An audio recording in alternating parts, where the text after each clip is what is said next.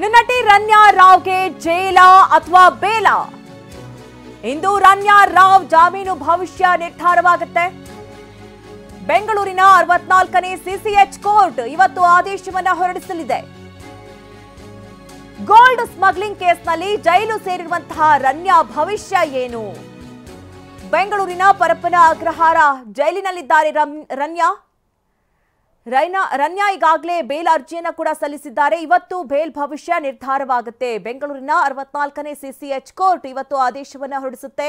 ಇವತ್ತು ಮತ್ತೆ ಜೈಲೇ ಗತಿನ ಅಥವಾ ಬೇಲೇನಾದರೂ ಸಿಗತ್ತಾ ಅನ್ನುವಂತಹ ಕುರಿತಂತೆ ನಿರ್ಧಾರವಾಗುವಂತಹ ಸಂದರ್ಭ. ಏಕೆಂದರೆ ಸಾಕಷ್ಟು ದಿನಗಳಿಂದ ಜೈಲಿನಲ್ಲೇ ಇರುವಂತಹ ರನ್ಯಾ ಸಾಕಷ್ಟು ವಿಚಾರಗಳನ್ನ ಬಾಯ್ಬಿಟ್ಟಿದ್ದಾಳೆ. ಆ ವಿಚಾರಕ್ಕೆ ಸಂಬಂಧಪಟ್ಟಂತೆ ಈಗಾಗಲೇ ತನಿಖೆಯ ಹಂತ ಕೂಡ ಚುರುಕುಗೊಂಡಿದೆ. ಗೋಲ್ಡ್ ಸ್ಮಗ್ಲಿಂಗ್ ಕೇಸ್ನ ಎ2 ತರುಣ್ಗೂ ಕೂಡ ಈಗ ಟೆನ್ಷನ್ ಎದುರಾಗಿದೆ. ಇಂದು ಎ2 ತರುಣ್ ರಾಜ್ ಬೇಲ್ ಅರ್ಜಿ ಕೂಡ ವಿಚಾರಣೆ ಆಗುತ್ತೆ. ಜಾಮೀನು ಕೋರಿ ಸಲ್ಲಿಸಿರುವಂತಹ ಎರಡನೇ ಬೇಲ್ ಅರ್ಜಿ ಇದು. ಬೆಂಗಳೂರಿನ 64ನೇ ಸಿಸಿಎಚ್ ಕೋರ್ಟ್ನಲ್ಲಿ ವಿಚಾರಣೆ ನಡೆಯುತ್ತೆ. ಮೊದಲನೇ ಬೇಲ್ ಅರ್ಜಿ ರಿಜೆಕ್ಟ್ ಆಗಿತ್ತು. ಈಗ ಎರಡನೇ ಬಾರಿ ಬೇಲ್ ಅರ್ಜಿಯನ್ನ ಹಾಕಲಾಗಿದೆ. ರನ್ಯಾ ಜೊತೆ ಗೋಲ್ಡ್ ಸ್ಮಗ್ಲಿಂಗ್ನಲ್ಲಿ ಈತ ಭಾಗಿಯಾಗಿದ್ದ ತರುಣ್ ಸದ್ಯ ಪರಪ್ಪನ ಅಗ್ರಹಾರ ಜೈಲಿನಲ್ಲಿದ್ದಾನೆ.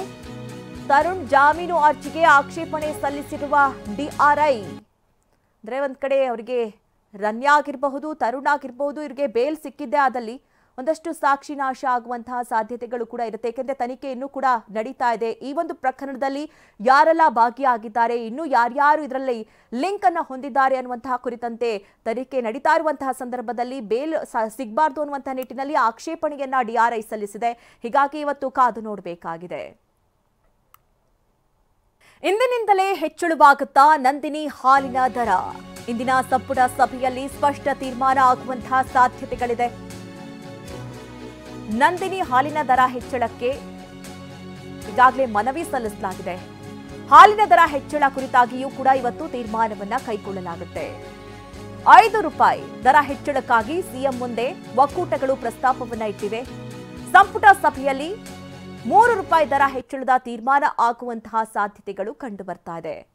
ಒಂದ್ ಕಡೆ ಒಕ್ಕೂಟಗಳು ಪ್ರಸ್ತಾಪ ಅಂದ್ರೆ ಸಿಎಂ ಮುಂದೆ ಈಗಾಗಲೇ 5 ರೂಪಾಯಿಯನ್ನ ಹೆಚ್ಚಳ ಮಾಡಬೇಕು ಪ್ರತಿ ಲೀಟರ್ಗೆ ಅನ್ನುವಂಥದ್ದನ್ನ ಮನವಿಯನ್ನ ಸಲ್ಲಿಸಲಾಗಿದೆ.